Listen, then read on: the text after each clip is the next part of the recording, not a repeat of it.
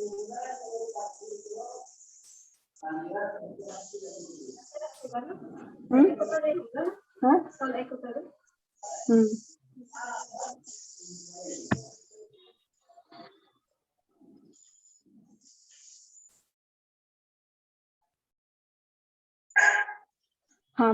Hormones action के लिए हम लोगों ने डिस्कस किया था कि हार्मोन्स का जो काम होता है, 3 टाइप का काम करता है हार्मोन्स।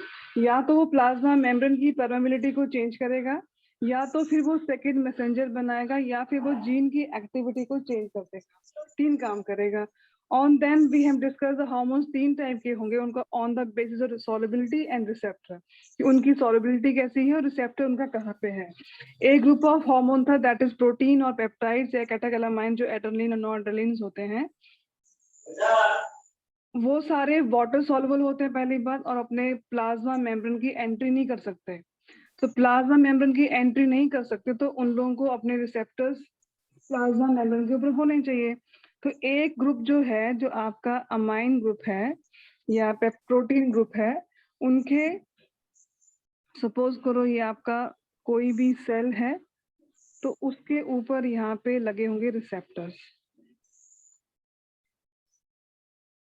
ठीक, तो जब भी आपका हार्मोन आएगा, इसके साथ बाइंड अप करेगा। ये आपका अंदर है न्यूक्लियस, जहाँ पे कि डीएनए है, ये है आपका साइटोप्लाज्म।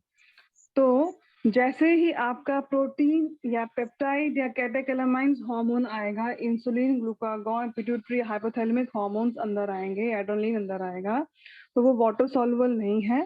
वाटर सॉल्युबल है तो वो प्लाज्मा मेम्ब्रेन की एंट्री कर नहीं पाएगा। ऐसे हार्मोन्स जहाँ पे जाके इन्होंने अपना एक्शन मैकेनिज्म करना होगा, उनके सरफेस के ऊपर रिसेप्टर्स होने चाहिए, तो वो उनके साथ बाइंड अप करके अंदर जाएगा।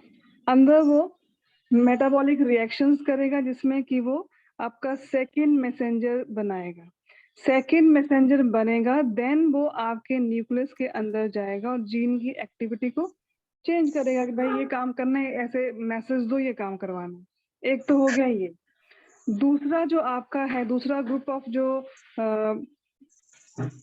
हार्मोन है, वो क्या करेगा, सपोज करो जो आपके स्टेरॉइड्स हैं, स्टेरॉइड्स क्या करेंगे, सपोज करो ये आपका सेल है, ये न्यूक्लियस है, जहाँ पे स्टेरॉइड को अपना एक्शन मैकेनिज्म करना होगा, तो वो पहली बार तो फैट सॉल्युबल होगा, तो वो डायरेक्टली जाएगा, अंदर घुस जाएगा।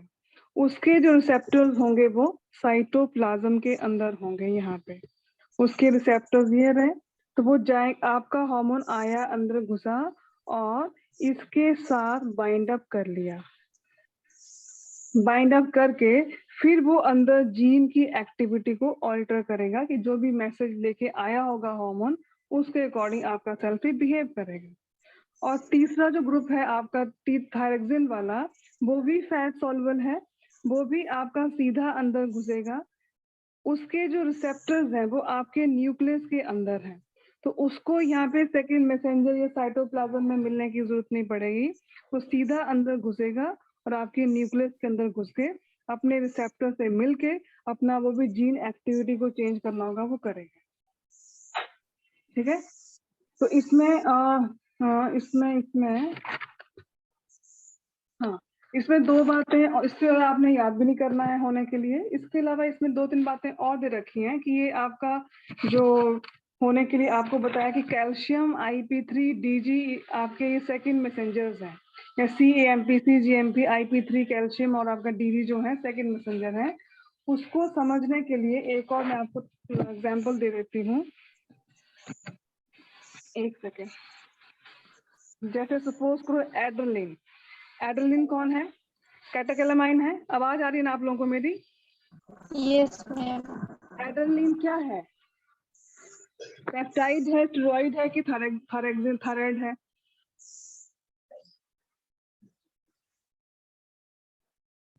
एड्रेनलिन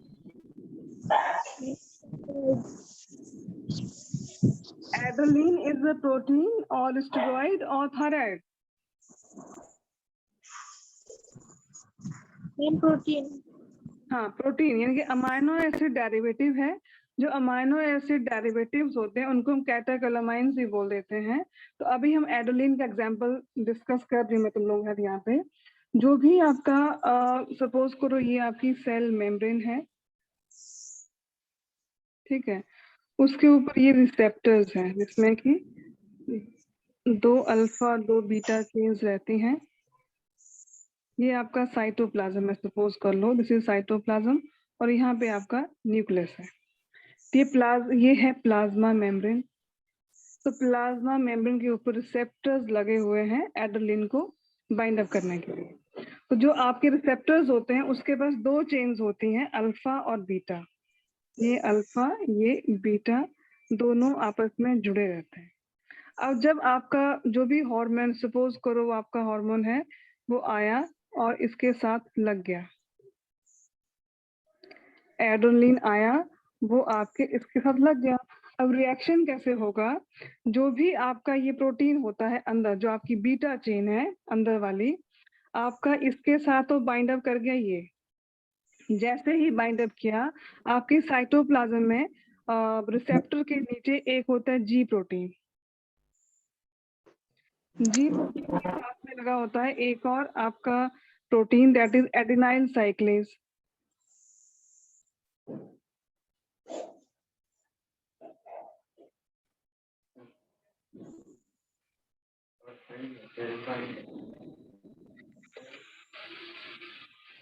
ठीक है, तो जैसे ही आपका हार्मोन रिसेप्टर के साथ लगेगा, वो जी प्रोटीन को ट्रिगर करेगा, एक्टिवेट करेगा, और जी प्रोटीन एडिनाइल साइक्लेज को कर देगा। जब एडिनाइल साइक्लेज एक्टिवेट होगा तो वो क्या करेगा, एक एटीपी कंज्यूम करेगा। एटीपी कंज्यूम किया और साइक्लिक एएमपी बना दिया, यानी कि साइक्लिक एडेनोसिन मोनोफॉस्फेट बना दिया। That is the second messenger for the adrenaline. ठीक, और जब आपका सीएमपी बन जाएगा तो सीएमपी नेक्स्ट आपके न्यूक्लियस में जाएगा, वहां पे वो ग्लूकोज साइकिल करवाएगा, ग्लाइकोलाइसिस करवाएगा, जिसमें ग्लूकोज को रिलीज करवाएगा। तो एड्रेनलिन क्या है? एड्रिल मेडलाइज को रिलीज करता है। वो क्या काम करता है? इमरजेंसी हार्मोन है हमारा, यानी कि जब हमारी बॉडी में कोई प्रॉब्लम होती है तो बहुत हाई लेवल की एनर्जी प्रोड्यूस करने में हेल्प करता है। एनर्जी क्या है? ग्लूकोज। तो क्या क्या हुआ, आपका एड्रेनलिन आया, आपके रिसेप्टर से लग गया, क्योंकि वो वाटर सॉल्युबल है, फैट सॉल्युबल नहीं है, तो इसके रिसेप्टर जो थे वो प्लाज्मा मेम्ब्रेन के ऊपर लगे थे। जैसे ही आपका एड्रेनलिन आपके रिसेप्टर से बाइंड अप किया, बाइंड अप करते ही अंदर की तरफ को साइटोप्लाज्म में प्रोटीन है जिसे हम जी प्रोटीन बोलेंगे, उसको वो एक्टिवेट करेगा। वो अपने बगल में एक और प्रोटीन है उसको एक्टिवेट करेगा, एडेनाइल साइक्लेज को एक्टिवेट करेगा। जब ये एक्टिवेट होगा तो वो एक एटीपी कंज्यूम करेगा। एटीपी कंज्यूम करके वो सीएएमपी में कन्वर्ट करेगा। CAMP act as a second messenger, वो मैसेज लेके जाएगा फर्दर ग्लाइकोजेनेसिस करने के लिए कि भाई ग्लूकोज को निकालो, ग्लूकोज रिलीज करो। तो that is the action mechanism of the hormones. और सपोज करो इसकी जगह आपका दूसरा ले लो, अगर सपोज करो इसमें आपका स्टेरॉइड होता, सपोज करो ये आपका सेल है, आपका यहाँ से स्टेरॉइड हार्मोन आया, स्टेरॉइड हार्मोन आया, तो ये तो फैट सॉल्युबल है, तो इसको यहाँ पे कोई भी तरह का बॉन्ड बनाने की जरूरत नहीं है। आपका वो डायरेक्टली अंदर आएगा, उसके रिसेप्टर्स यहाँ पड़े हैं। तो आपका हार्मोन आया और वो जाके यहाँ पे उसने अपना बायोकेमिकल रिएक्शन करना शुरू कर दिया। उसके अकॉर्डिंग से उसने न्यूक्लियस को स्टिमुलेट किया कि तुम अपनी इन चीजों को काम करवाओ, जिसकी वजह से हम अपना बॉडी का ग्रोथ या रिप्रोडक्टिव ऑर्गन्स का डेवलपमेंट कर पाए। तो जो ये हार्मोन्स होते हैं, स्टेरॉइड वाले हार्मोन्स होते हैं, ये थायराइड वाले हार्मोन्स होते हैं, धीरे धीरे निकलते रहते हैं। इनका एक्शन आउटपुट जो आता है वो बहुत लेट आता है, लेकिन जो आपके प्रोटीन, पेप्टाइड या कैटेकोलामाइन जो आपके हार्मोन्स होते हैं, इनका एक्शन हमें इमीडिएटली दिखाई देता है। क्लियर? तो इसी तरह डिफरेंट हार्मोन्स के सेकंड मैसेंजर डिफरेंट हैं। तो आप लोगों ने याद कर लेना, उसको लिख ही लेना है कि आपका इंसुलिन के लिए, ये एड्रेनलिन के लिए, write down, second messenger for adrenaline आपका CAMP, एड्रेनलिन क्या करेगा? ब्लड प्रेशर को बढ़ाएगा, हार्ट बीट को बढ़ाएगा। तो यू कैन ऑल्सो से कि एड्रेनलिन का सेकंड मैसेंजर CAMP है, जो कि हार्ट बीट को बढ़ाता है। और आपका एसिटाइल कोलिन जो होता है, एसिटाइल कोलिन जो है उसका सेकंड मैसेंजर CGMP है, साइक्लिक क्या बोलते हैं, ग्वानिन मोनोफॉस्फेट। वो आपके एसिटाइल कोलिन क्या करता है? ब्लड प्रेशर को या आपके जो भी कंडक्शन होता है उसको स्लो करता है, तो हार्ट बीट को वो स्लो करेगा। यानी कि सिंपैथेटिक सिस्टम जो है वो एड्रेनलिन रिलीज करता है, जो कि ब्लड प्रेशर को बढ़ाएगा, ग्लूकोज का कंजम्पशन बढ़ाएगा। और parasympathetic system acetyl choline release करता है, जो कि हमारे सिस्टम को नॉर्मलाइज करेगा, हार्ट बीट को डाउन करेगा। तो एड्रेनलिन का सेकेंड मैसेंजर CAMP, जो कि हार्ट बीट बढ़ाएगा।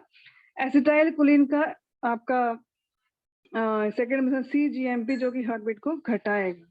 तो कई बार ये question same adrenaline acetyl choline को लेके आता है, या फिर हार्ट की मसल्स को लेके पूछे। हार्ट की मसल्स एक तो होगी जो हमारे ब्लड प्रेशर को बढ़ाएगी, एक होगी जो घटाएगी, सो दैट कि हमारा ब्लड प्रेशर 72 के आसपास रहे, हमारा जो हार्ट बीट रहती है वो 72 के आसपास रहे।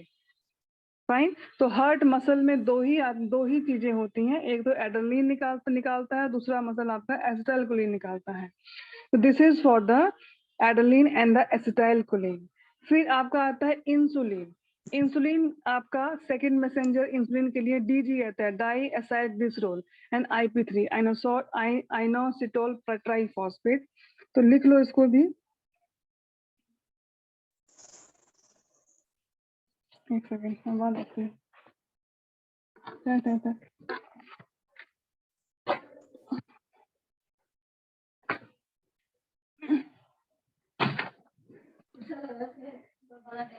नहीं, मैं खुद बनाऊंगी। तुम डस्टिंग कर लो। खाना मैं तो सब कुछ, चावल भिगोने डाल देना, वो मैं कर दूंगी, बनाऊंगी मैं खुद। ठीक है? नहीं नहीं, अभी हाँ। तो लिख लो इसके लिए भी। इंसुलिन, कहाँ गया मेरा पेन? इंसुलिन के लिए आपका DG, high acyl glycerol, and IP3 for the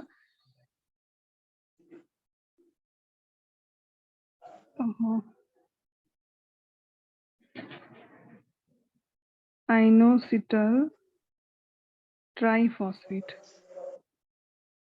and calcium. So you can write down CAMP, CGMP, IP3, DG and calcium. All are the second messenger. हमारी बुक में कैल्शियम पे impressive ज्यादा दिया है, और ब्रैकेट्स में CAMP और IP3 के बारे में भी लिखा है। आपको हार्मोन एक्शन को लेकर कोई भी क्वेश्चन आता है, पहला क्वेश्चन बनता है कि हार्मोन्स जो हैं कौन कौन सी कैटेगरी में इनको डिवाइड करते हैं। तो सॉल्युबिलिटी और रिसेप्टर के हिसाब से हम लोग इनको 3 कैटेगरी में डिवाइड करेंगे।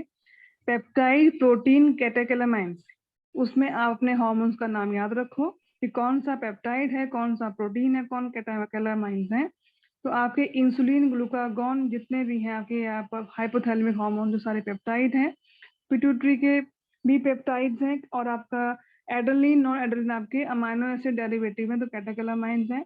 वाटर सॉल्युबल होंगे, इनके रिसेप्टर्स प्लाज्मा मेम्ब्रेन में होंगे। स्टेरॉइड्स के फैट सॉल्युबल होंगे, इनके रिसेप्टर्स साइटोप्लाज्म में होंगे, तो इंट्रासेलुलर रिसेप्टर्स बोल देते हैं। और थायराइड वालों के आपके न्यूक्लियस में इनके रिसेप्टर्स होंगे और फैट सॉल्युबल होंगे। और चौथा क्वेश्चन बन जाता है कौन कौन से सेकंड मैसेंजर्स हैं। तो आपका DG, IP3, cyclic AMP and calcium book में दे रखा है, उसको ही याद करना है। देन अपनी NCERT में डायग्राम को लेके आ जाना। सॉरी, अपनी बुक निकाल लेना जरा सा।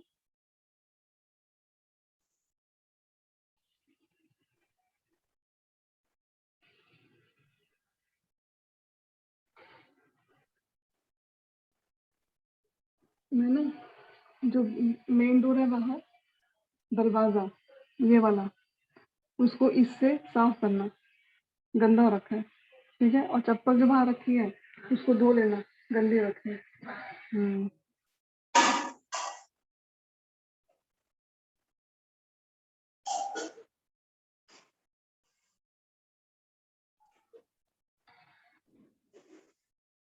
इसमें हार्मोन एक्शन वाला निकालना, जरा सा डायग्राम निकालना, लास्ट वाला। यहाँ देखो इन्होंने एग्जाम्पल दे रखा है, यहाँ पे हार्मोन FSH आया। तो FSH क्या है? हाइपोथैलेमिक हार्मोन है, पेप्टाइड है। इसका रिसेप्टर कहाँ पे होना चाहिए? प्लाज्मा मेम्ब्रेन के ऊपर। तो ब्लू वाला यहाँ पे प्लाज्मा मेम्ब्रेन का रिसेप्टर दिखाया है, इसके साथ बाइंड अप किया। रिस्पॉन्स 1 जनरेशन और सेकंड मैसेंजर, यहाँ पे ये सेकंड मैसेंजर्स बनाएगा। तो साइक्लिक AMP और कैल्शियम दोनों ही आपके FSH के सेकंड मैसेंजर्स हैं। इन्होंने फिर फर्दर बायोकेमिकल रिएक्शन किया, जिसकी वजह से फिजियोलॉजिकल रिस्पॉन्स आए ओवरियन ग्रोथ में।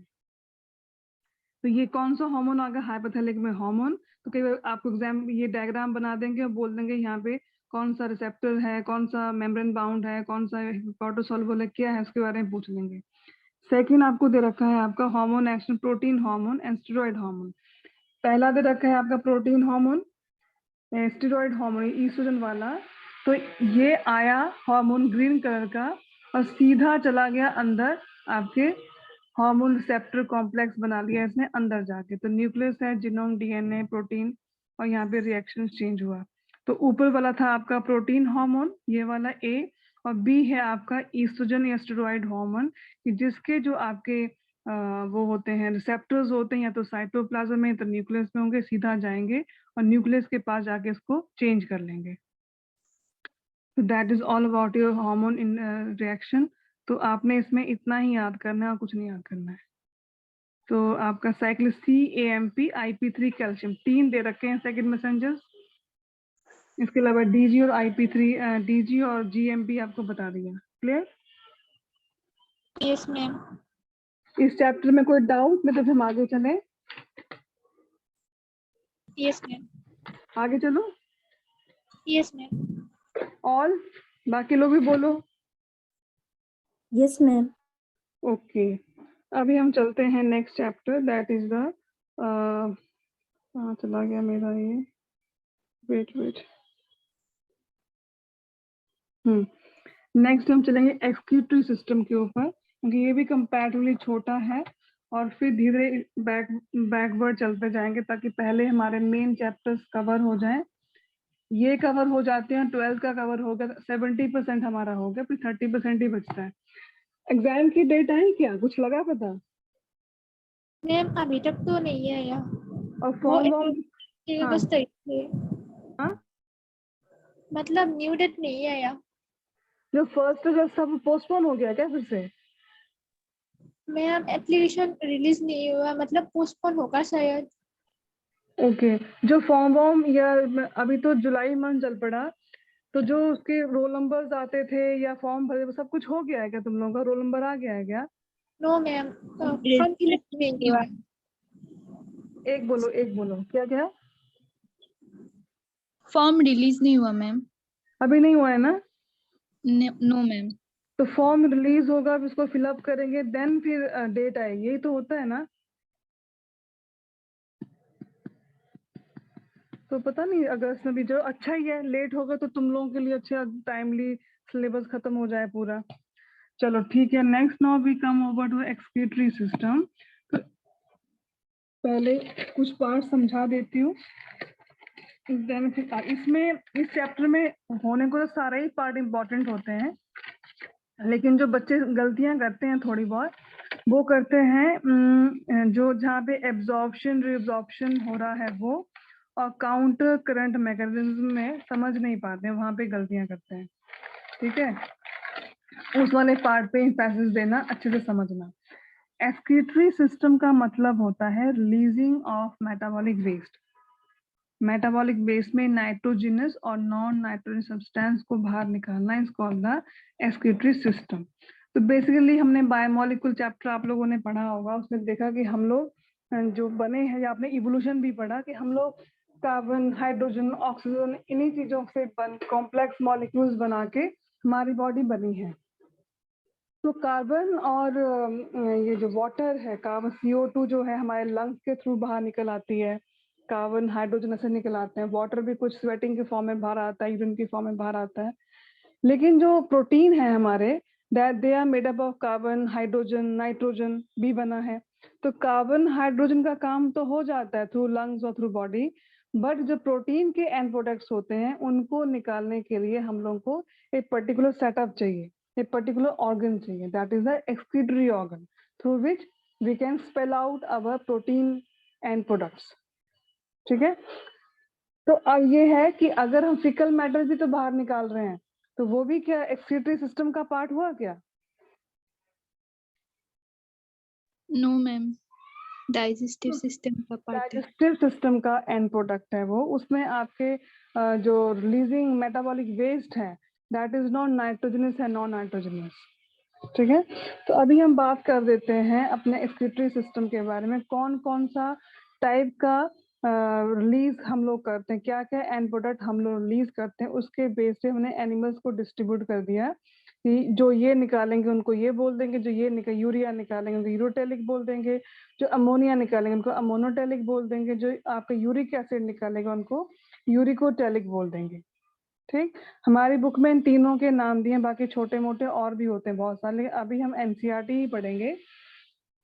जो अमोनिया है, ammonia is highly toxic substance, पता ही होगा आपको, बहुत टॉक्सिक है, पानी में इजीली सॉल्युबल भी हो जाता है।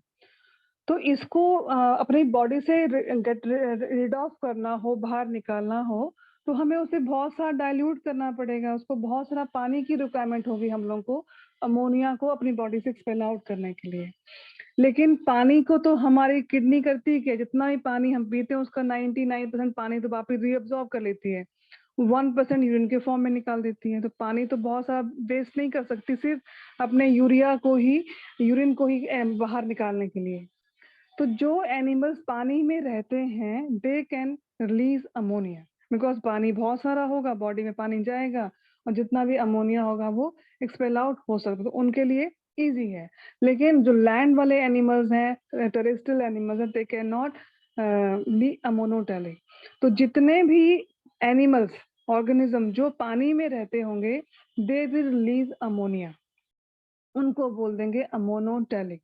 तो इसमें 3-4 बातें आती हैं। अमोनोटेलिक जो अमोनिया रिलीज करते हैं हाईली वाटर सॉल्युबल होता है और हाईली टॉक्सिक होता है। ठीक, तो जितने भी एक्वेटिक एनिमल्स हैं, बोनी फिशेज हैं, एक्वेटिक आर्थ्रोपोड्स हैं, दे आर अमोनोटेलिक। तो अपनी बुक के अकॉर्डिंग, बाकी तो आप लोगों को याद रहेगा कि एक्वेटिक एनिमल्स भी पानी चाहिए बहुत सारा निकालते, एक्वेटिक एनिमल्स होंगे। फिशेज में आ जाएगा बोनी फिशेज या कार्टिलेजिनस फिशेज, तो याद रखना है इसमें bony fishes are the ammonotelic. ठीक है, बुक में अंडरलाइन भी कराते चलूंगी मैं साथ साथ में।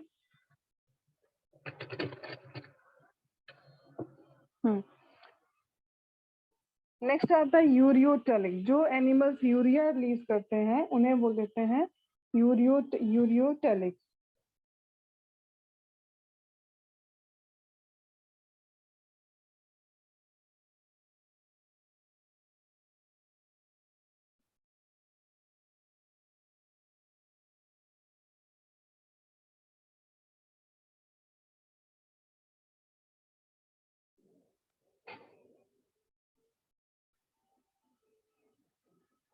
अमोनोटेलिक में ये वर्ड याद रखना है।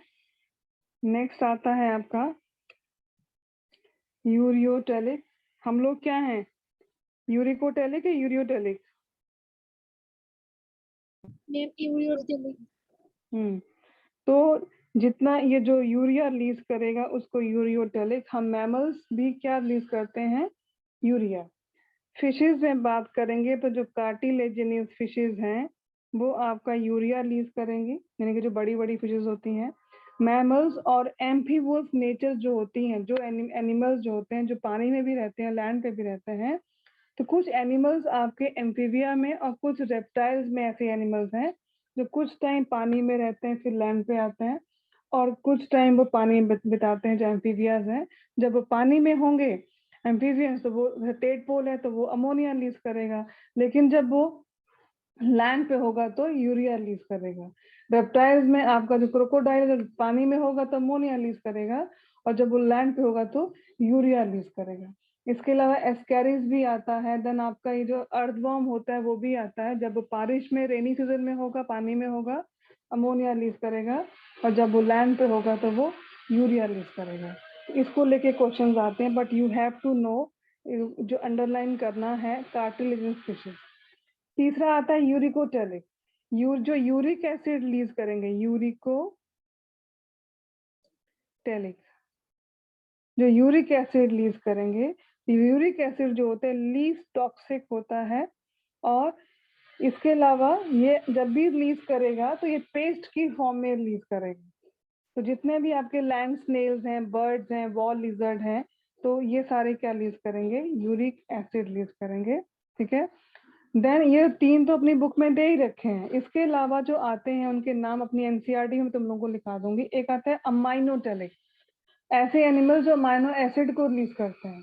तो वो 2 ही हैं, मोलस्का एंड एकाइनोडर्मेटा के एनिमल्स, जो कि अमोनिया अमाइनो एसिड रिलीज करते हैं। इसके अलावा बहुत सारे और भी हैं, पर no need to go through all. अगर बुक में होगा तो जाना है, नहीं तो नहीं जाना है, और पढ़ना भी नहीं है अभी। ठीक है, फिर आता है आपका एक्सक्रीटरी ऑर्गन्स के बारे में। आपके प्रोटोजोआ से लेके आपके मैमल्स तक कौन कौन से एक्सक्रीटरी ऑर्गन्स होते हैं, इसके बारे में।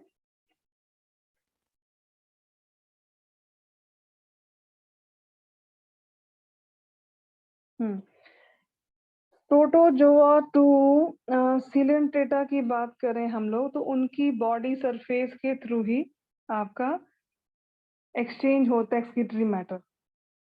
ठीक है, फिर अगर प्लेटी हेलमेंथिस की बात करेंगे तो उनके पास फ्लेम सेल्स आ जाते हैं।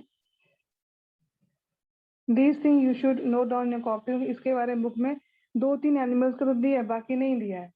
तो protozoa to coelenterate body surface, platyhelminthes flame cells first time आए थे, और इनको सोलेनोसाइट सेल्स भी बोलते हैं।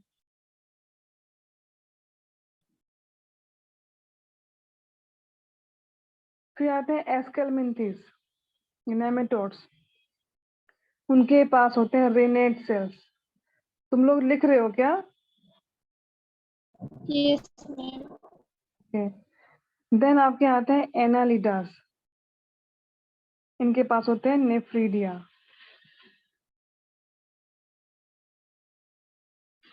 फिर आते हैं आपके सबसे बड़ी फाइलम आर्थ्रोपोडा। आर्थ्रोपोडा के पास फिर से डिवीजन होते हैं डिफरेंट डिफरेंट, क्योंकि आर्थ्रोपोडा सबसे बड़ी क्लास, सबसे बड़ी फाइलम है, तो इसका फिर डिवीजन होता है डिफरेंट डिफरेंट क्लासेस में।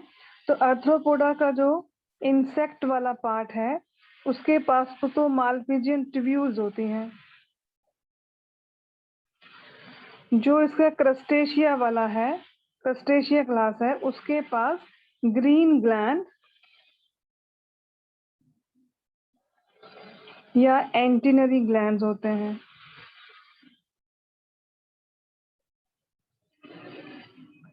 इसके अलावा इसका थर्ड जो बहुत मेजर क्लास है, उसको बोलते हैं एरेकेनॉइड।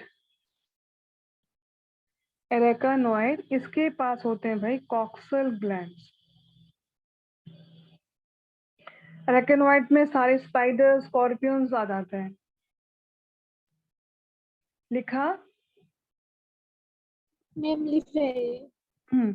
मैं फिर से रिपीट कर रही हूँ यहाँ वाला पार्ट। आपका protozoa to coelenterata body surface के थ्रू एक्सक्रीटरी ऑर्गन उनका रहेगा, बॉडी सरफेस रहेगा।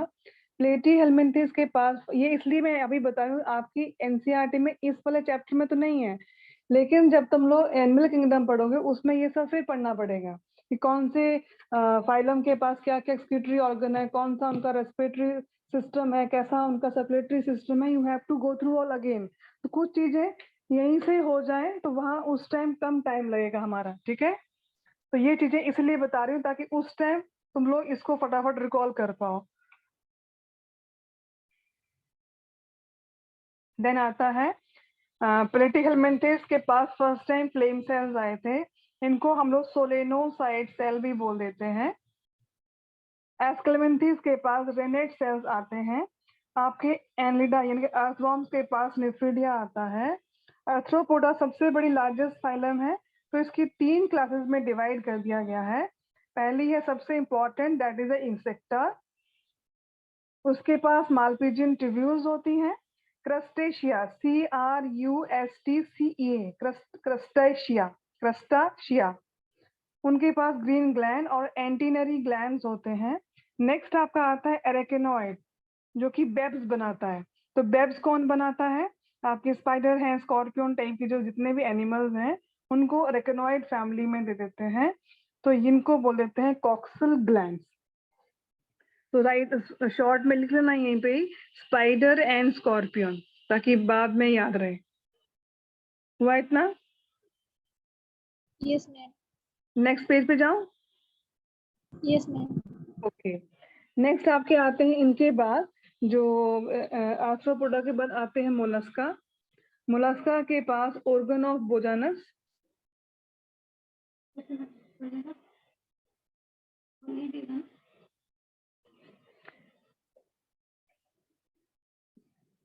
ये वाले जो ना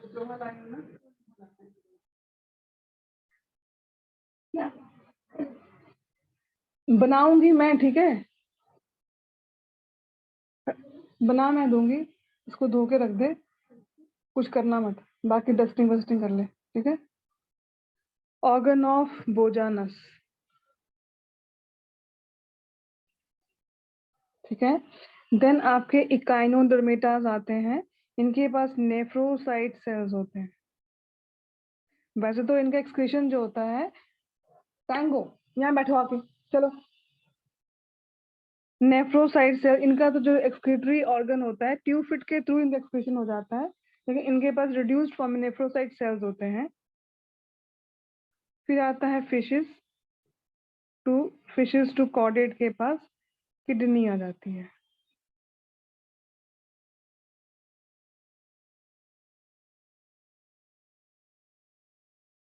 हुआ इतना? Yes ma'am. फिर नेक्स्ट आपका आता है कौन कौन सी हमारी बॉडी में कौन कौन सी टाइप की किडनीज होती हैं। तो जितना भी आप फिशेस से लेके कॉर्डेट्स तक, फिशेस से लेके मैमल्स तक पढ़ोगे, आप देखे होंगे कि हर चीज का इवोल्यूशन हो रहा है। आपके कान फिशेस में आपका सिर्फ इंटरनल ईयर है, एम्फीबियंस में भी इंटरनल ईयर है, हल्का फुल्का मिडिल ईयर आ रहा है, रेप्टाइल्स में भी इंटरनल ईयर और मिडिल ईयर वेल डेवलप हो जा रहा है, एक्सटर्नल ईयर नहीं है। वैसे ही आपके बर्ड्स में है, और देन आपके मैमल्स में तीनों ईयर्स आ रहे हैं, external, middle and internal. Heart की बात करें, फिशेस के पास 2 chamber, then 3 chamber, incomplete 3 chamber, and then last में 4 चैम्बर आ रहा है। फिर इसके अलावा जो आपके रेस्पिरेटरी ऑर्गन है उनके पास गिल्स आ रहे हैं, देन फिर एम्फीबियस नेचर में बन रहे हैं, देन फिर लंग्स बन रहे हैं। तो सारे ऑर्गन्स का धीरे धीरे इवोल्यूशन हुआ है। वैसे ही किडनी का भी इवोल्यूशन हुआ है। तो जो आपके जितने भी हैग फिशेस मिलेंगी, उन सब में कौन सी किडनी होगी? प्रोटोनेफ्रिक। तो 3 टाइप की किडनीज होती हैं, प्रोटोनेफ्रिक, मीजोनेफ्रिक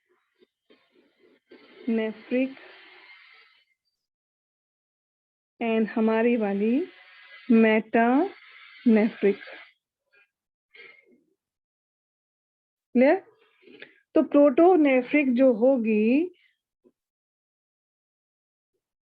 पहली बात, एक तो एंटीरियर साइड में होगी, मीजो है तो वो मिडिल में होगी, और हमारी किडनी पोस्टीरियर साइड में होती है।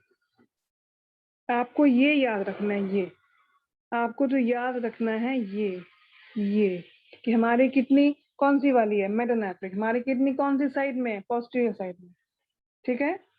देन आपका जो मेन आता है कॉल याद रखने वाला, कि आपकी प्रोटोनेफ्रिक किडनी कहाँ मिलेगी? तो जो अडल्ट होगा, अडल्ट में जितनी भी हैग फिशेस होंगी, जो हैग फिशेस मतलब जो आपकी प्रीमिटिव फिशेस थी, उनके अडल्ट फॉर्म में तो होगी ये आपकी प्रोटोनेफ्रिक किडनी, ठीक है।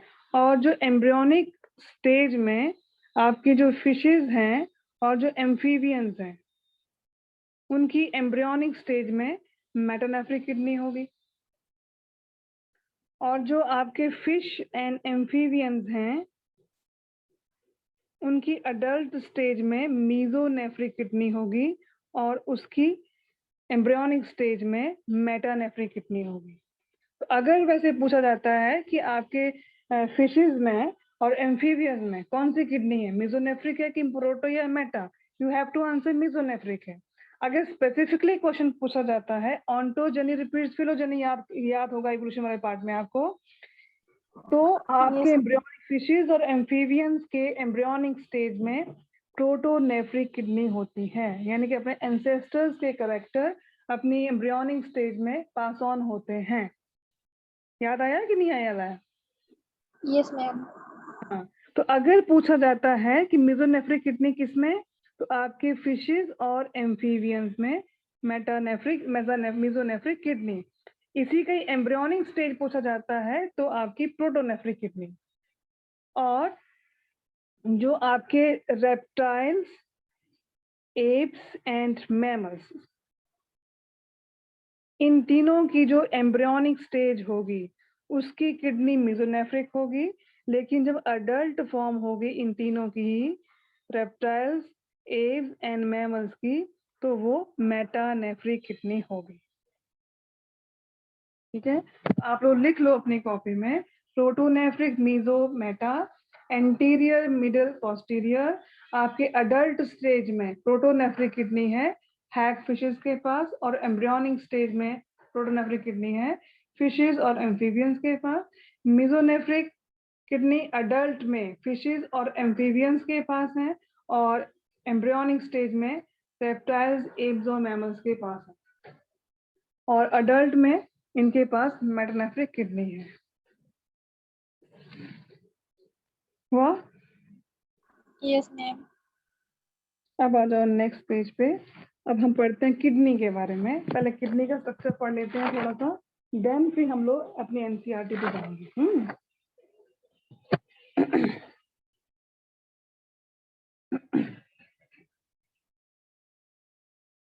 आप लोग डायग्राम नहीं बनाएंगे, आप सिर्फ देखो, डायग्राम सिर्फ मैं बनाऊंगी, आप लोग का टाइम ना वेस्ट हो इसलिए, अदरवाइज तो क्लास में बनाना पड़ता है।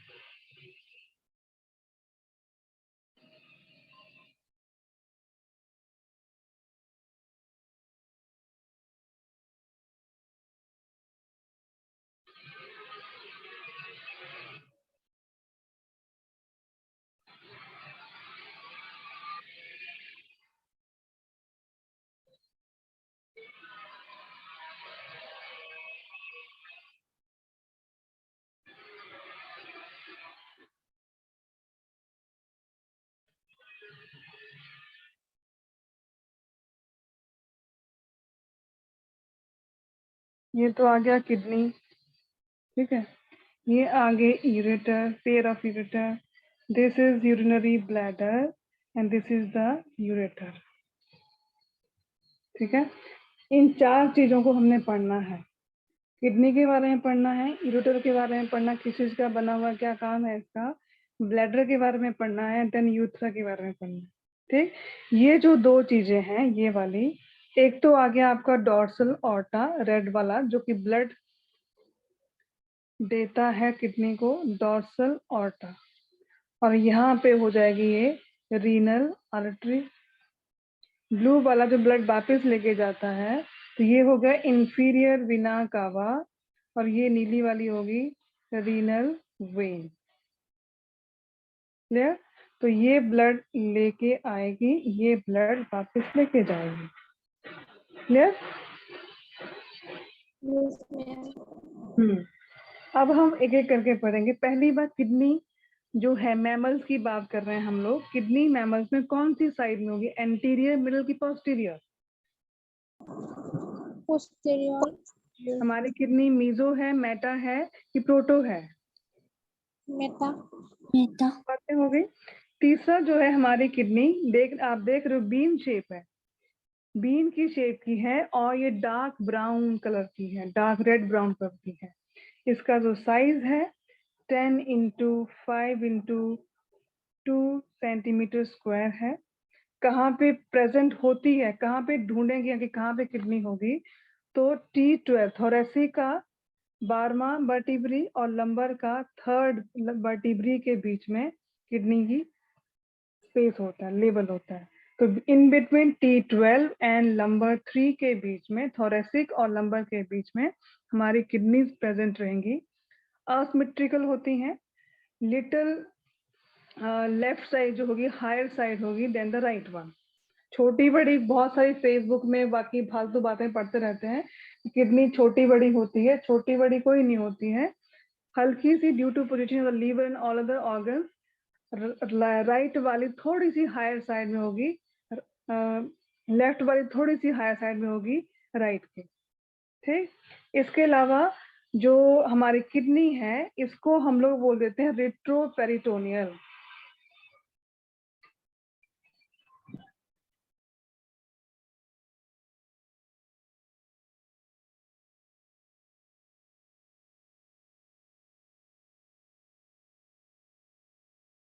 रेट्रोपेरिटोनियल का मतलब कि dorsal side attach to dorsal abdominal wall. जो डॉर्सल साइड होगी किडनी की वो तो एब्डोमिनल वॉल के साथ जुड़ी होगी। Only ventral side attach to peritoneum. जो पेरिटोनियम होती है जो कि पूरे ऑर्गन्स को कवर करती है वो आपकी सिर्फ वेंट्रल साइड में ही अटैच्ड होगी, बाकी साइड में नहीं। किडनीज आपकी बैक साइड में होती है, पीछे होती हैं। ठीक है, पीछे वाला हिस्सा होगा डॉर्सल साइड, आगे वाला हिस्सा होगा आपका वेंट्रल साइड। तो डॉर्सल साइड जो है attach to dorsal abdominal wall and only ventral side attach to peritoneum. जो पेरिटोनियम है जो सारे ऑर्गन्स को कवर कर रही है और सिर्फ वेंट्रल साइड में ही अटैच्ड है, बाकी साइड से खुली है। तो that is called peritoneum, retroperitoneal. तो इसका इस वर्ड को ही याद कर लेना है, रिट्रोपेरिटोनियल मतलब only ventral side attach to peritoneum. फिर कौन सी लेयर का बना है? तो मीजोडर्म का बना है, except urinary bladder. Urinary bladder is made up of endoderm.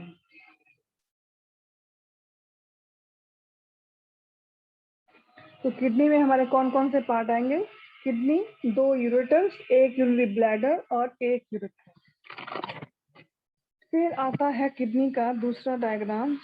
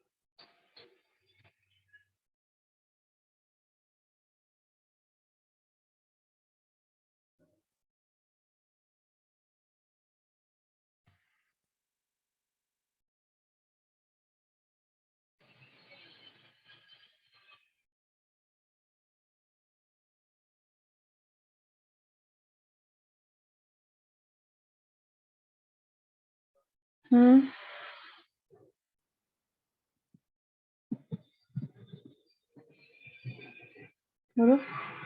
Biology का वो क्या प्रोजेक्ट अभी जब आप फ्री होंगे तो बताइए। कल करेंगे। आगे पढ़ना नहीं है आपको, बस मेरे को हेल्प करनी है, पैसे नहीं है। कर दूंगी, अभी जाओ। जो ग्रीन वाला पार्ट है दैट इज द कॉर्टेक्स, और अंदर जो येलो येलो कर रही हूँ मैं, it is the medulla. This is the part structure of kidney. इसमें सबसे आउटर मोस्ट लेयर जो होती है इसको बोलते हैं रीनल फेशिया, जो कि पेरिटोनियम से जुड़ी होती है। इसके जस्ट नीचे होती है एडिपोज टिश्यू की लेयर, और इसके अंदर सबसे इनमोस्ट जो रहता है उसे बोलते हैं रीनल कैप्सूल। हमारी बुक में सिर्फ रीनल कैप्सूल के बारे में दिया है और नहीं। रीनल कैप्सूल जो टफेस्ट लेयर होगी व्हाइट फाइब्रस कनेक्टिव टिश्यू से बना होगा। तो outer most is the renal fascia, number 2 adipose tissue, third is the renal capsule. इसके आउटर पार्ट को बोल देंगे कॉर्टेक्स, इनर पार्ट को बोल देंगे मेडुला। ये हो गई आपकी रीनल आर्टरी, ये हो गई आपकी रीनल वेन, ये हो गया यूरेटर, ये हो गए रीनल पिरामिड्स। ठीक, ये वाले हो गए माइनर के लेग्स और ये वाला कॉमन हो गया मेजर के लेग्स। तो बुक में मेरे डायग्राम में इतना कुछ बन नहीं पा रहा, बुक में इसको समझा दूंगी आप लोगों को। तो इसमें जो आपको समझना है क्या क्या कि जो आपका किडनी है आउटर पार्ट को कॉर्टेक्स बोल दे रहे हैं, अंदर पार्ट को मेडुला बोल दे रहे हैं। इसका आउटर जो कोटिंग है उसके पास 3 लेयर्स हैं। रीनल फेशिया जो कि एब्डोमिनल वॉल के साथ डॉर्सल वॉल के साथ जुड़ जाती है। एडिपोज टिश्यू है जो कि फैटी लेयर की बनी होगी इसको कुशन देने के लिए। और रीनल कैप्सूल जो है आपका डेंस फाइब्रस कनेक्टिव टिश्यू से बना होगा जो कि इसको स्ट्रेंथ देगा, इसको पकड़ के रखेगा, होल्ड करेगा। देन आता है नेक्स्ट आपका कॉलम ऑफ बर्टीनी। जो आपका ये वाला पार्ट है कॉर्टेक्स का जो एक्सटेंडेड पार्ट है जो अंदर घुस जा, ग्रीन ग्रीन अंदर का रखा है मैंने, तो extended part of cortex is called column of Bertini. Then renal pyramids आ रहे हैं ये वाले जो कि 12 से 20 के बीच में होते हैं, और इनका पोस्टीरियर रीजन में रीनल जो ये वाले बनाए हैं मैंने, ये रीनल पेपिलास होते हैं। रीनल पेपिलास जो होंगे वो इसमें माइनर के लेग्स में ओपन अप होंगे। ये 3-4 रीनल पिरामिड्स इकट्ठा मिलके मेजर के लेग्स बनाएंगे। मेजर के लेग्स से यहाँ पे आपके पेल्विस में यूरिन आएगा और देन यूरेटर से बाहर निकल जाएगा। तो डायग्राम बुक में भी है, इसको मैं और शॉर्ट में कर रही हूँ।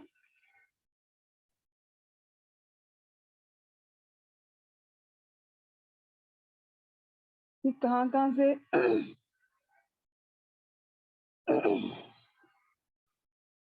आपका नेफ्रॉन में रीनल पिरामिड्स के पास नेफ्रॉन घुसे रहते हैं। नेफ्रॉन की डीसीटी पीसीटी रीनल पेपिलास में घुसे रहते हैं, वहां से यूरिन पास आउट होगा। देन आपके माइनर के लेग्स में घुसेगा, देन मेजर के लेग्स में घुसेगा, देन पेल्विस में जाएगा और देन यूरेटर से बाहर निकल जाएगा। अब अपनी बुक निकालो, देन आगे चलेंगे।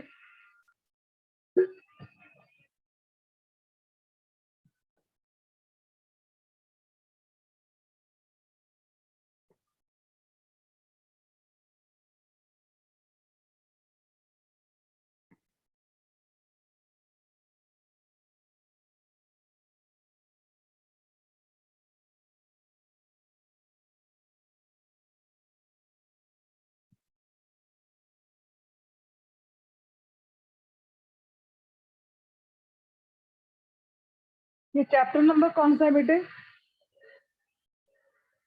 19।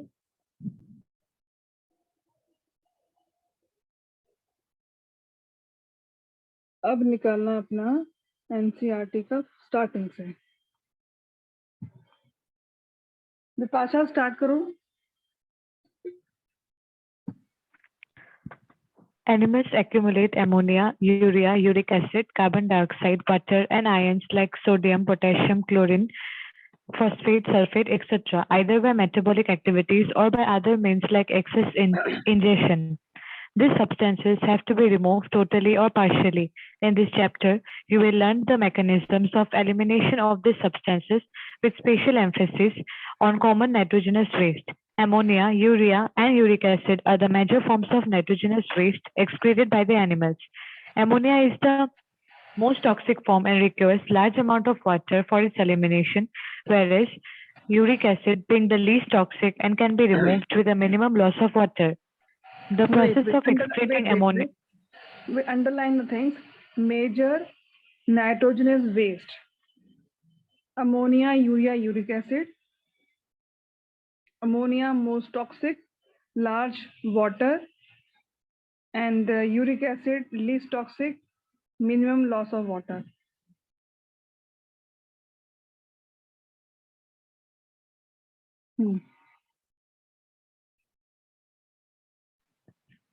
The process of excreting ammonia is ammonotelism.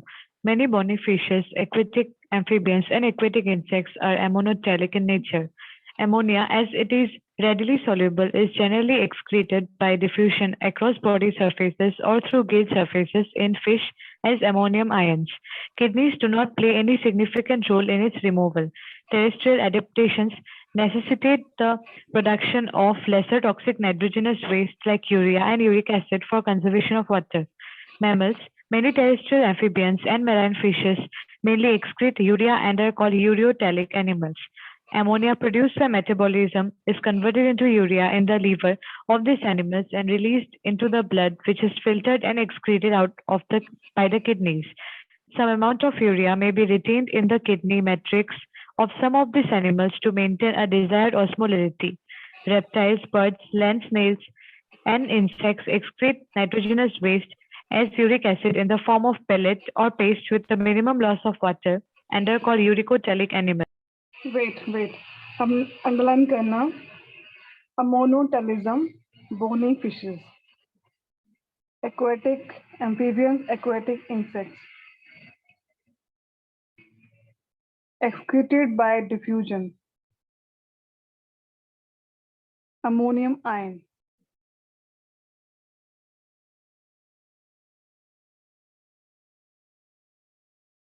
Then amphibians and marine fishes, urea uricotelic.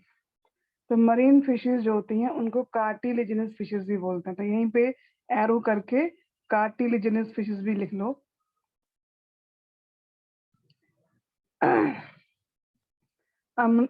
Ammonia converted urea in the liver में सब कुछ चेंज होगा एंड रिलीज इनटू ब्लड.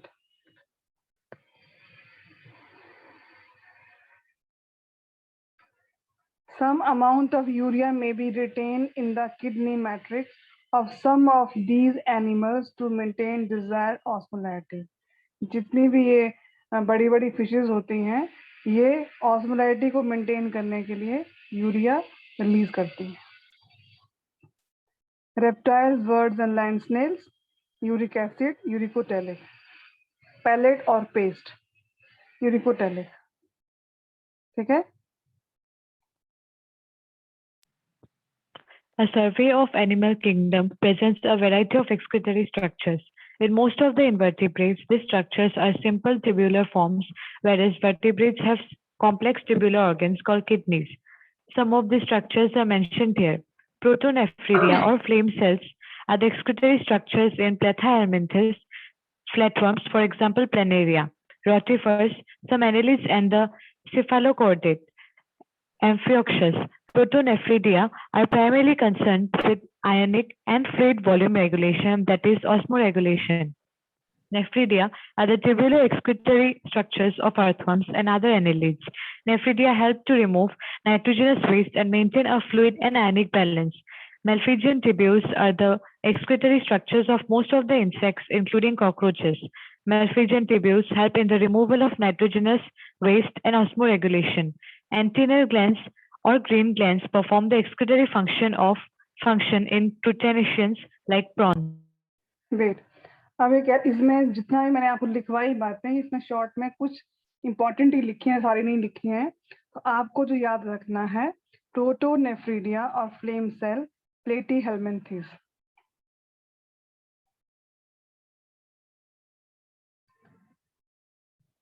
इसमें की rotifers, some annelids, encephalochordate, that is amphioxus में भी आपके flatworms जैसे ही फ्लेम सेल्स आते हैं.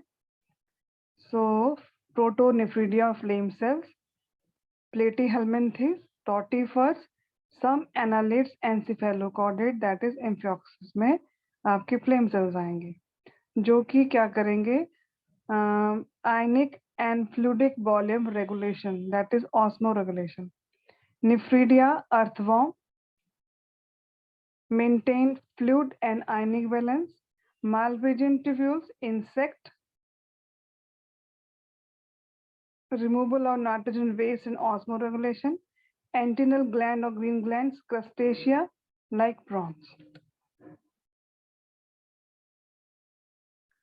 तो ये आपने फ्लेम सेल प्लेटीहेल्मिन्थिस का याद रखना है. प्लेटीहेल्मिन्थिस प्लेटफॉर्म जो होते हैं वो आपके रोटिफर्स यानी कि आपके जो नेमट एक्सक्लेमेंटीज आते हैं वो और कुछ एनालिड और आपका सिफेलोकॉर्डेट्स में एम्फिऑक्सिस में फ्लेम सेल्स होंगे. आपके जो अर्थवॉर्म है उनमें नेफ्रिडियाज होंगे जो कि बॉडी फ्लूइड और ऑस्मो रेगुलेशन को मेंटेन करेंगे. इसके अलावा जो मालपिजन ट्यूब्यूल्स हैं वो इंसेक्ट में होंगी, वो भी ऑस्मो रेगुलेशन को मेंटेन करेंगे. और आपके क्रस्टेशिया जो कि आर्थ्रोपोडा की ही ब्रांच है उनके पास ग्रीन ग्लैंड्स होंगे जो कि ऑस्मो रेगुलेशन को मेंटेन करेंगे. क्लियर? Yes ma'am. आगे आ जाओ ह्यूमन एक्सक्रीटरी सिस्टम पे.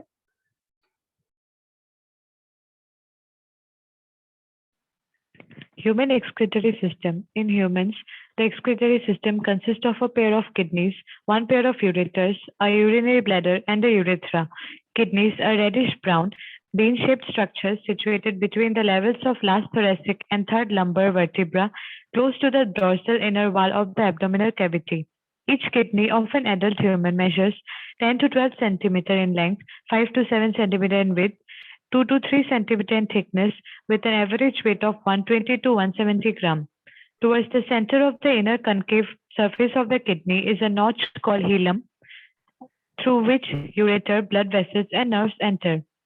Inner to the hilum is a broad funnel-shaped space called the renal pelvis with projections called calcis. The outer layer of kidney is a tough capsule. Inside the kidney, there are two zones, an outer cortex and an inner medulla. The medulla is divided into a few conical masses, medullary pyramids, projecting into the calcis.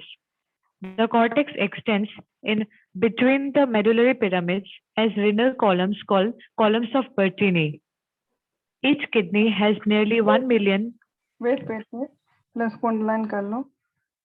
Pair of kidney, pair of ureter, a urinary bladder, a urethra. Reddish brown. Last thoracic यानी कि T12 and L3 यहीं पे bracket में लिख लो T12 to L3. Dorso inner wall of abdominal cavity 1052 figure. इसका size जो है 120 to 170. Concave notch helium.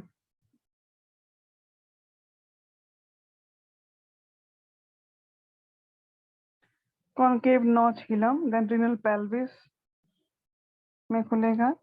Outer tough capsule that is renal. यहीं पे साइड में लिख लो renal capsule. Wide dense fibrous connective tissue से बना होगा. Outer cortex, inner medulla. Conical masses, then column of Bertini. तो यहीं पे ब्रैकेट में लिखो extended part of cortex in between medulla is called column of Bertini. Extended part of cortex in the medulla.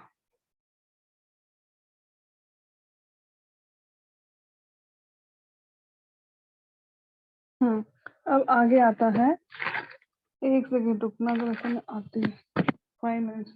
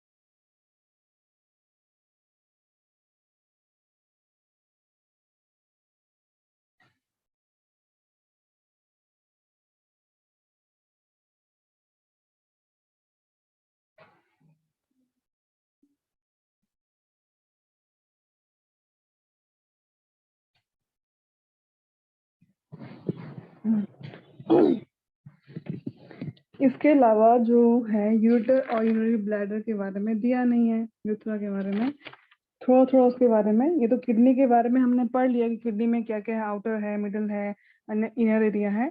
Then kidney के बाद आते हैं एक पेयर ऑफ यूरेटर जो कि लॉन्ग ट्यूब्स होती हैं और हीलम से ही पास आउट होती हैं और बेसिकली इनका काम, इनके पास लॉन्गिट्यूडनल और सर्कुलर मसल्स होती हैं सो दैट कि इसमें भी पेरिस्टालिस मूवमेंट्स होती हैं यूरिन को पास आउट करने के लिए। इतना ही याद रखना है, nothing more than this. Urinary bladder जो है, जो यूरेटर है और urinary bladder, they are made up of transitional epithelium. जहाँ पे भी स्ट्रेचिंग रिक्वायर्ड होती है वहाँ पे कौन सी मसल्स होती हैं, ट्रांजिशनल एपिथेलियम होगा। जो टिश्यू में इसके बारे में बार बार पूछा जाएगा कि ट्रांजिशनल एपिथेलियम या यूरोथेलियम कहाँ पे होगा, तो आपका यूरेटर और यूरिनरी ब्लैडर में ट्रांजिशनल एपिथेलियम होगा जो कि स्ट्रेचिंग प्रोवाइड करेगा। ठीक है।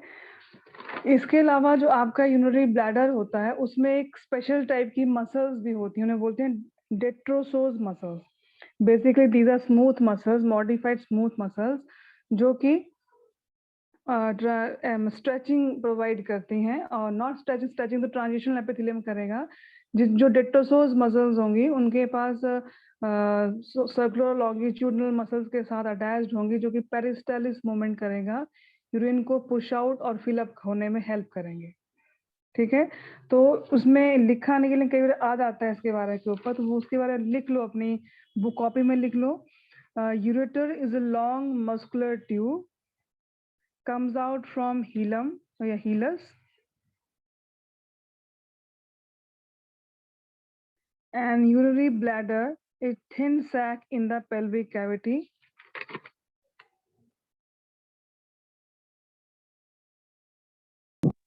मैम एक बार रिपीट कर दीजिए। Okay.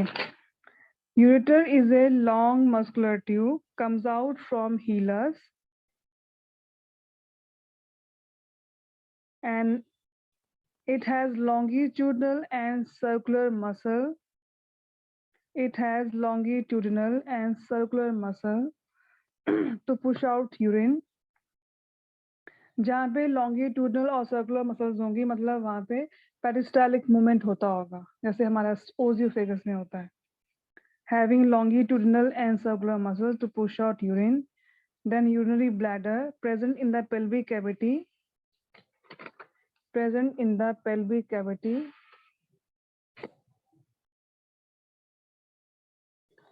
having outer side special muscles, detrosous muscles. DETRUSOR, detrosous muscle, bracket में लिखो स्मूथ मसल्स होती हैं ये और सिर्फ आपके यूरिनरी ब्लैडर में मिलेंगी। जो यूरिनरी ब्लैडर का आउटर है उसके पास डिट्रोसोस मसल्स हैं, ब्रैकेट में स्मूथ मसल्स हैं। इनर साइड में ट्रांजिशनल एपिथेलियम है जो कि स्ट्रेचिंग प्रोवाइड करता है।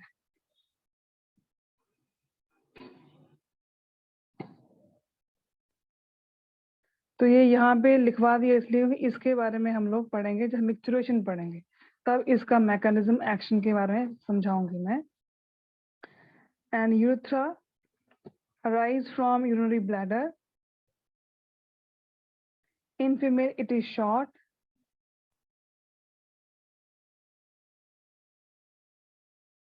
Opens in vagina. Opens in vagina and pass only urine.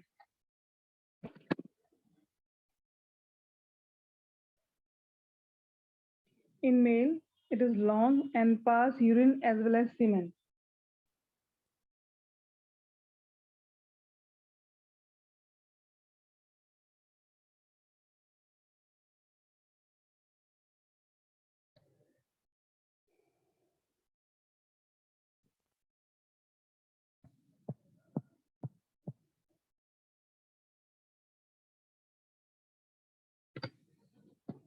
हुआ?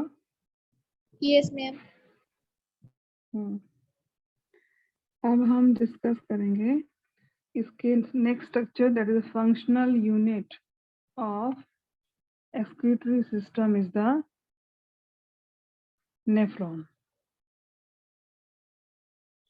ठीक है, तो नेफ्रॉन के स्ट्रक्चर को डिस्कस करेंगे हम लोग अभी। इसको मैं डायग्राम बनाने जा रही हूँ, पता नहीं कितना अच्छा बनेगा कि नहीं बनेगा। ट्राई तो कर पाती हूँ लेकिन बीच में ब्रेक ऑफ हो जाता है ये।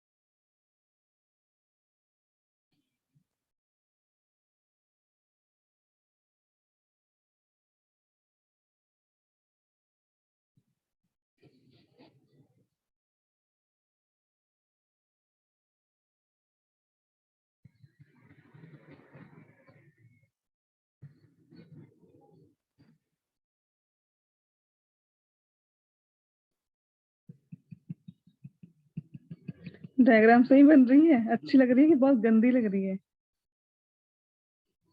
मैम अच्छी है। थोड़ा कोऑपरेट कर लो। हम डायग्राम वैसे बनाते तो बोर्ड पे तो बहुत अच्छी बनती है, लेकिन यहाँ पे कोई ऑप्शन नहीं है हमारे पास कैसे बनाए, ये भी बड़ी मुश्किल से बनती है। अच्छा ठीक है, अब देखो मैंने जो ग्रीन पार्ट लाइन लगाई है किस लिए, कि ऊपर वाले पार्ट को बोलेंगे कॉर्टेक्स। मैंने कहा किडनी में था ना पार्ट, जैसे आपने ये वाला देखा था, ये किडनी है हमारी, तो बाहर वाले पार्ट को कॉर्टेक्स कहा था, इनर वाले को मेडुला कहा था, है ना। तो नेफ्रॉन्स हमारे, इमेजिनेशन कर लो किस तरह से पड़े होते हैं, यानी कि यहाँ पे आपका नेफ्रॉन होगा, ऐसे करके आपके ये पड़े होंगे आपके नेफ्रॉन्स, है ना। तो ऊपर वाला पार्ट है कॉर्टेक्स, नीचे वाला पार्ट है मेडुला। कॉर्टेक्स के पास में बोमेन्स कैप्सूल, ग्लोमेरुलस, और आपका पीसीटी और डीसीटी आ रहा है। Then collecting duct and your loop of Henle आपका आ रहा है मेडुला के पास, है ना। तो पहला पार्ट है आपका ये वाला ग्लोमेरुलस। ये ग्लोमेरुलस जो है उसके, या you not glomerulus, you can say Malpighian corpuscles, इसको बोल देंगे मालपीजियन कॉप्सल्स, जिसके अंदर आएगा ये वाला गुच्छा, bunch of blood capillaries is called glomerulus plus Bowman capsule.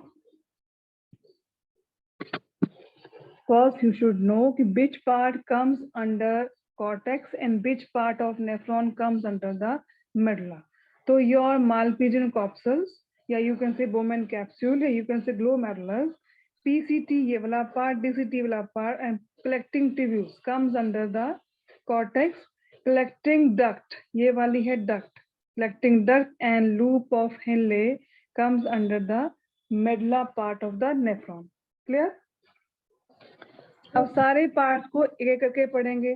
बोला कि जो ब्लड एंटर कर रहा है रीनल आर्टरी के थ्रू, रीनल आर्टरी से फिर छोटी सी एक और डक्ट अराइज हो रही है, दैट इज कॉल्ड रीनल, या you can say afferent arteriole. Afferent renal, ये आपकी रीनल वेन है, रीनल आर्टरी है ये वाली। रीनल आर्टरी से एक डक्ट अराइज हो रही है, उसको बोलेंगे आफ्रेंट आर्टियोल। आफ्रेंट मतलब लेके जाना, ईफ्रेंट मतलब वापस लेके जाना, अंदर को जाना, ईफ्रेंट मतलब बाहर जाना। इनफ्लक्स, इफ्लक्स, असेंडिंग, सेंसरी, याद आ रहा है, ईफ्रेंट। डिसेंडिंग, मोटर और इफ्रेंट, याद है? Yes, ma'am. Yes, ma'am. वैसे ही यहाँ पे रीनल आर्टरी जो आपकी डॉर्सल ऑर्टा से आई, डॉर्सल ऑर्टा से फिर घुस गई वो किडनी के अंदर। तो किडनी के अंदर जब आपका ऑर्टा घुसा, उसका नाम दे दिया आपका रीनल आर्टरी। रीनल आर्टरी के अंदर बहुत सारी छोटे छोटे नेफ्रॉन की यूनिट्स हैं। तो हर नेफ्रॉन को ब्लड सप्लाई जाएगी आफरेंट आर्टियोल के थ्रू। आफरेंट आर्टियोल जाके अंदर यहाँ पे बहुत सारा बंच बना दे रहा है। इस बंच को बोल देंगे हम लोग glomerulus. bunch of capillaries is called glomerulus, which is fitted in the Bowman capsule. So Bowman capsule plus glomerulus is von Malpighian capsule. Clear? तो Yes. इसी एरिया में जो ये वाला एरिया है, यहीं पे फिल्ट्रेशन होगा। फिल्टर जो भी होना होगा वो आ जाएगा इसके अंदर, और जो बचेगा ब्लड वो वापस निकलेगा इफ्रेंट आर्टियोल के थ्रू। तो afferent arteriole is wider than the efferent arteriole. इस एरिया में जो क्वेश्चन बना क्या कि आपके कॉर्टेक्स रीजन में कौन कौन से नेफ्रॉन के पार्ट आए, that is the Malpighian corpuscles, PCT, DCT and collecting tubules. Medulla में कौन से आए? मेडला में आपके एलएच आ गया और कलेक्टिंग डक्ट आ गया। क्लियर? तीसरा क्वेश्चन बना ब्लड आफ्रेंट आर्टियोल से कहाँ रीनल आर्टरी से किधर जाता है? तो आफ्रेंट आर्टियोल के थ्रू नेफ्रॉन में जाता है। आफ्रेंट आर्टियोल कैसी है, वाइडर है कि नैरो है? वाइडर है। ठीक है। आफ्रेंट आर्टियोल फिर बोमन कैप्सूल के अंदर क्या बनाता है? That is the bunch of blood capillaries, that is called glomerulus.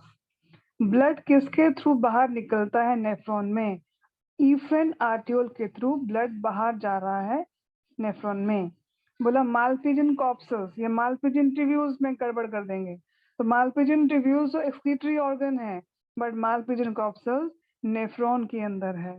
तो Malpighian corpuscles forms glomerulus plus Bowman capsule forms the Malpighian corpuscles. Clear? Yes, ma'am. Ultra filtration किधर हो रही है? कॉर्टेक्स रीजन में कि मेडला में? कॉर्टेक्स में। कहाँ पे हो रही है? ग्लोमेरुलस एंड बोमन कैप्सूल में अल्ट्रा फिल्ट्रेशन हो रही है। क्लियर? Yes, ma'am. फिर इफ्रेंट आर्टियोल जाएगा और पूरी आपकी पीसीटी, डीसीटी, एलएच को क्वाइल करता हुआ वो वहां से एक्सचेंज करता हुआ सब कुछ को वापस ब्लड में घुस जाएगा। ठीक है। तो इसमें एक और चीज बताऊंगी कि आपका डॉर्सल ऑर्टा जो ब्लड से हार्ट से आया, डॉर्सल ऑर्टा रीनल आर्टरी बना गया, रीनल आर्टरी नेफ्रॉन में घुसा, आफ्रेंट आर्टियोल में चला गया, आफ्रेंट आर्टियोल ने ग्लोमेरुलस बनाया और इफ्रेंट आर्टियोल के थ्रू बाहर निकलना आया। इफ्रेंट आर्टियोल और पतली हो गई, इफ्रेंट आर्टियोल हो गई पतली आपकी पेरीट्यूबुलर कैपिलरीज में, जिन्होंने आपके एलएच और डीसीटी को कवर किया। लेकिन कुछ नेफ्रॉन डिफरेंट टाइप के होते हैं, ग्लोमेरुलस, जक्स्टा ग्लोमेरुलस वाले। वहां पे क्या होता है कि आपका पेरीट्यूबुलर कैपिलरीज एक और छोटी बहुत धागे जैसी पतली ब्लड कैपिलरी में ट्रांसफर हो जाती है, इसे बोलते हैं वासा रेक्टा। वासा रेक्टा फिर बनाता है बहुत सारी आर्टियोल्स, वीन्यूल्स, और बहुत सारी वेन्स इकट्ठी होके बन जाती हैं रीनल वेन, और ब्लड रीनल वेन से चला जाएगा इंफीरियर वीना कावा, और इंफीरियर वीना कावा घुस जाएगा आपके हार्ट के कौन से चैम्बर में? राइट और लेफ्ट? राइट ऑरिकल में खुल जाएगा, वहां ब्लड फिर पूरी बॉडी में जाके फिर घूम जाएगा। ठीक है। ये चीज समझ नहीं आती है। डॉर्सल ऑर्टा से ब्लड आया हार्ट से फिर आपका ब्लड गया किडनी के पास, उसका नाम दे दिया आर्टरी का रीनल आर्टरी। रीनल आर्टरी ने भी बहुत सारी कैपिलरीज बना दी या आर्टरीज बना दी, उसको बोल दिया आफ्रेंट आर्टियोल, जो कि नेफ्रॉन के अंदर गई। आफ्रेंट आर्टियोल ने गुच्छा बना लिया, इसे बोल देंगे ग्लोमेरुलस। ग्लोमेरुलस से ब्लड बाहर आएगा इफेरेंट आर्टियोल के थ्रू, जो कि और पतली पतली फाइन कैपिलरीज में डिवाइड हो जाएगा, जिसे बोल देंगे पेरिट्यूबुलर कैपिलरीज। फिर पेरिट्यूबुलर कैपिलरीज और छोटी फाइन कैपिलरीज में डिवाइड हो जाएगी, इसे बोल देंगे वासा रेक्टा। वासा रेक्टा के बाद फिर बन जाएंगी बहुत सारी वेन्यूज, वेन्स बन जाएंगी, वेन्स की छोटी बहन है। वेन्यूज सारी इकट्ठी होंगी, बना देंगी रीनल वेन। रीनल वेन फिर ब्लड वापस इंफीरियर विना केवा में जाएगा और ब्लड वापस पहुंच जाएगा आपके हार्ट में। क्लियर हुआ? Yes ma'am. इसको लिख लेना, बाद में तुम लोग भूल जाते हो ब्लड कहाँ से किधर को गया, हमारे एनसीईआरटी में इतना डिटेल में नहीं बताया है। क्लियर? मैम लिख लिया। आगे चलो फिर। Yes ma'am.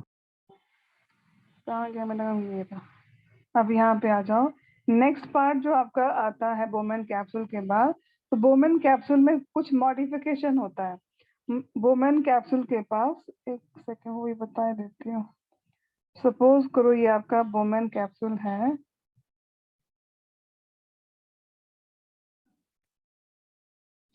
तो उसके पास 3 लेयर रहेंगी, 2 लेयर्स रहती हैं। यहाँ पे आपका क्या जा रहा है,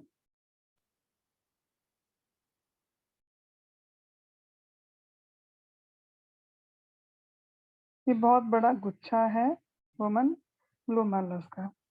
तो अब क्या हो रहा है, एक और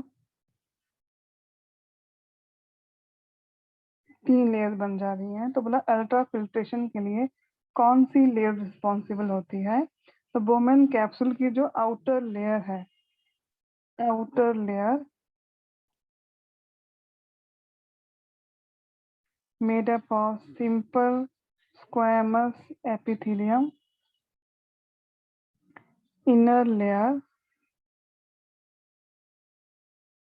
जो कि ये भी सिंपल स्क्वैमस एपिथेलियम होती है, लेकिन इसके जो सेल्स हैं वो मॉडिफाइड होते हैं, इसके पास हेयर लाइक स्ट्रक्चर्स होते हैं, जिसे हम बोल देते हैं पोडोसाइट। ये बजने वाला है, रुक जा 10 मिनट है। तो inner layer of Bowman capsule is modified simple squamous epithelium, जिसको बोल दे रहे हैं पोडोसाइट सेल्स होते हैं उसके पास। ठीक है। फिर नेक्स्ट जो येलो वाली लेयर है, ये आपकी आती है क्या बोल देते हैं उसको, भूल गई नाम इसका मैं, क्या नाम था, अरे क्या बोलते हैं इसलिए जो बीच में आती है, बेसमेंट मेम्ब्रेन। हाँ, येलो वाली बेसमेंट मेम्ब्रेन। और फिर ब्लड के थ्रू सारा सामान आएगा, तो आपकी ये ग्लोमेरुलस की एंडोथेलियम,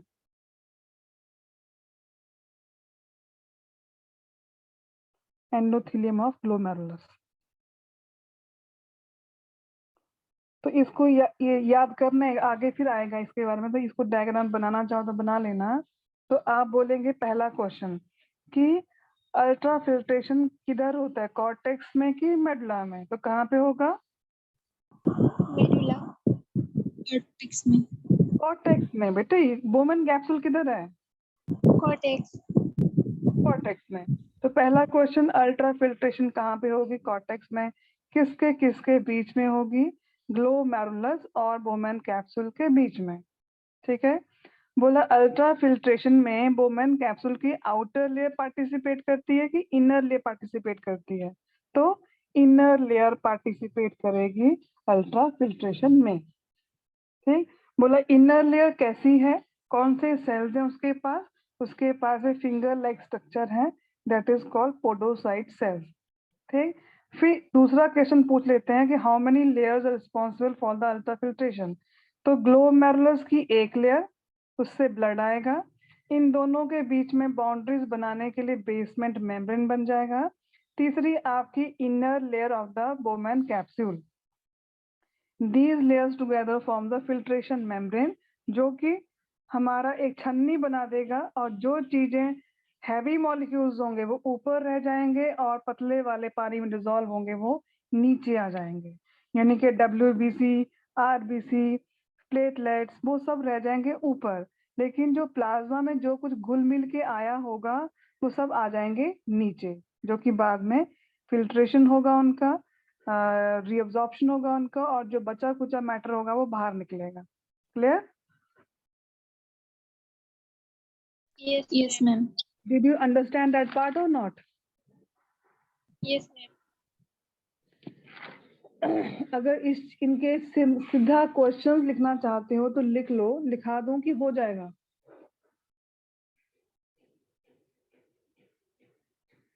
मैम लिखा जल्दी दीजिए। बताओ, लिखो फटाफट से, देखो क्लास खत्म होने वाली है।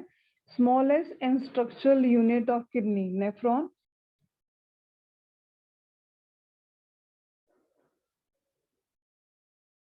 cortex region, Malpighian corpuscles, PCT and DCT.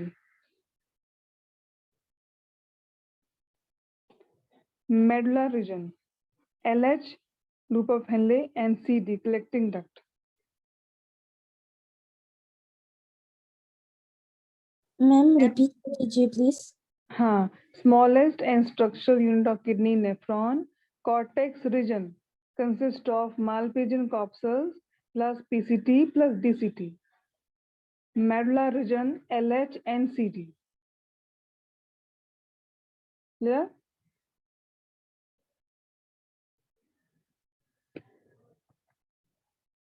फिर मालपिजन कॉप्सल्स में क्या क्या आएगा? Bowman capsule plus glomerulus, BC plus G।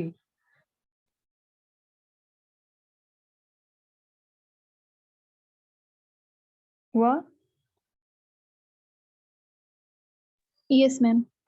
Blood enters through wide afferent arterioles. पूछा जाता है कि which arterioles are wider and narrow, तो जिसके थ्रू ब्लड एंटर करता है afferent arterioles wide, passes out narrow efferent arterioles.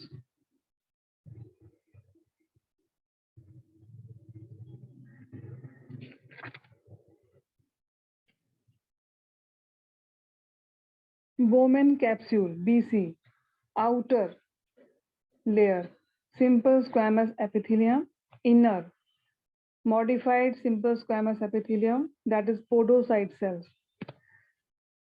help in ultrafiltration.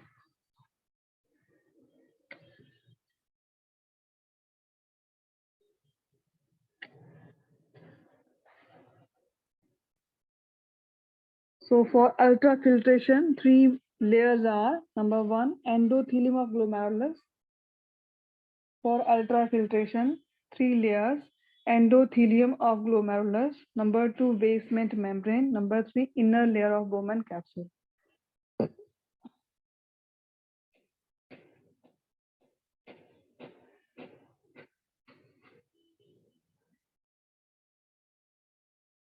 Clear? Yes, ma'am. Then next लिखो neck of Bowman capsule. जो वोमन कैप्सूल का neck होगा उसके पास सिलिएटेड एपिथेलियम होगा to push filtrate. Neck of Bowman BC, ciliated epithelium to push filtrate.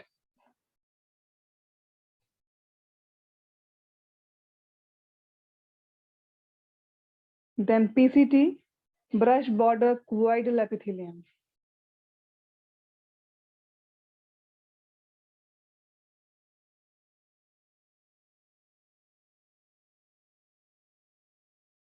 लिखा? Yes, ma'am. Then LH, thick part, cuboidal epithelium. LH, thick part, cuboidal epithelium.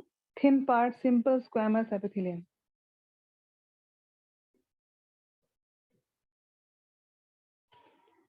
Loop of Henle का thick part होगा cuboidal epithelium का, thin part होगा simple squamous epithelium का।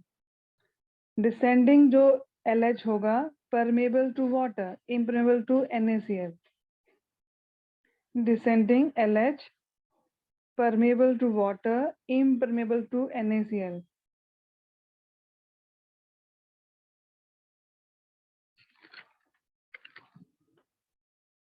Ascending LH permeable to NaCl, impermeable to water.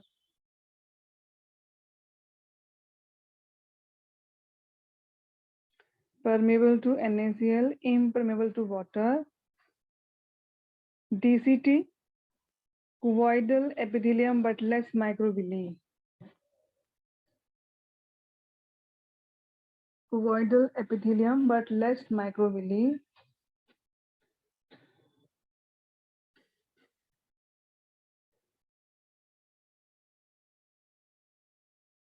CT and CD, collecting diffuse and collecting duct, columnar and cuboidal epithelium.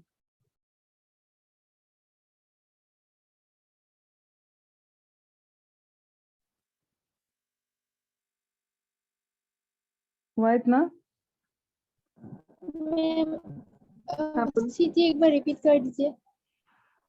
CT and CD, columnar and cuboidal epithelium. ये सब चीजें आपके tissue वाले part में भी आएंगी, तो इसलिए डिटेल में बता रही हूँ ताकि टिश्यू वाला पार्ट कुछ कुछ यहाँ पर भी हो जाए। ठीक है, यस मैम। तो यहाँ तक हुआ। नेक्स्ट पार्ट हम कल करते हैं। तो कल याद रखना है कि बोमेन कैप्सूल के पास कौन कौन सी चीजें हैं, किस कौन से टिश्यू का बना है, उसके बेस पे ही अपना रिजॉर्प्शन और फिल्ट्रेशन करेगा। नेक के पास कौन सा है, पीसीटी डीसीटी के पास कौन सा है, एलएच असेंडिंग डिसेंडिंग के पास कौन सा है। On the basis of that we will go for the filtration. ठीक है, थोड़ा फास्ट जरूर हो रहा है, लेकिन आई थिंक समझ में आ रहा होगा जल्दी जल्दी। यस 11 का याद रिकॉल करने में दिक्कत तो आती है, आई कैन अंडरस्टैंड कि लंबा टाइम हो गया याद किए हुए, लेकिन कुछ कुछ तो याद आ ही रहा होगा। Yes ma'am. ओके, जहाँ पे इस 12th का तो आपने रिसेंट पढ़ा था, तो आप लोगों को जल्दी समझ में आया भी होगा। 11th का बच्चे जहाँ पे समझ में नहीं आता है, क्योंकि 11th में हम जस्ट 10 पास आउट करके 11th में जाते हैं, उस टाइम थोड़ा दिमाग मैच्योर भी नहीं होता है, तो चीजों की अंडरस्टैंडिंग अच्छे से नहीं बन पाती है। तो जहाँ पे जिस चैप्टर में जिस एरिया में अंडरस्टैंडिंग नहीं बनी होगी, you have to ask multiple time, then only it will be beneficial for you and me. Okay, yes ma'am. सब सुन रहे हो ना? Niko, Moni, Chandrika, David and Manpreeta and Nandita. Yes ma'am. हाँ मैम। ओके, ठीक है बेटे, अब ये नेक्स्ट क्लास की आपका होगा, इतना पढ़ो, बाकी फिर कल करते हैं। ठीक है,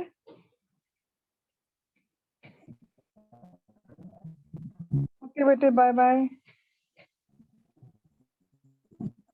यस मैम।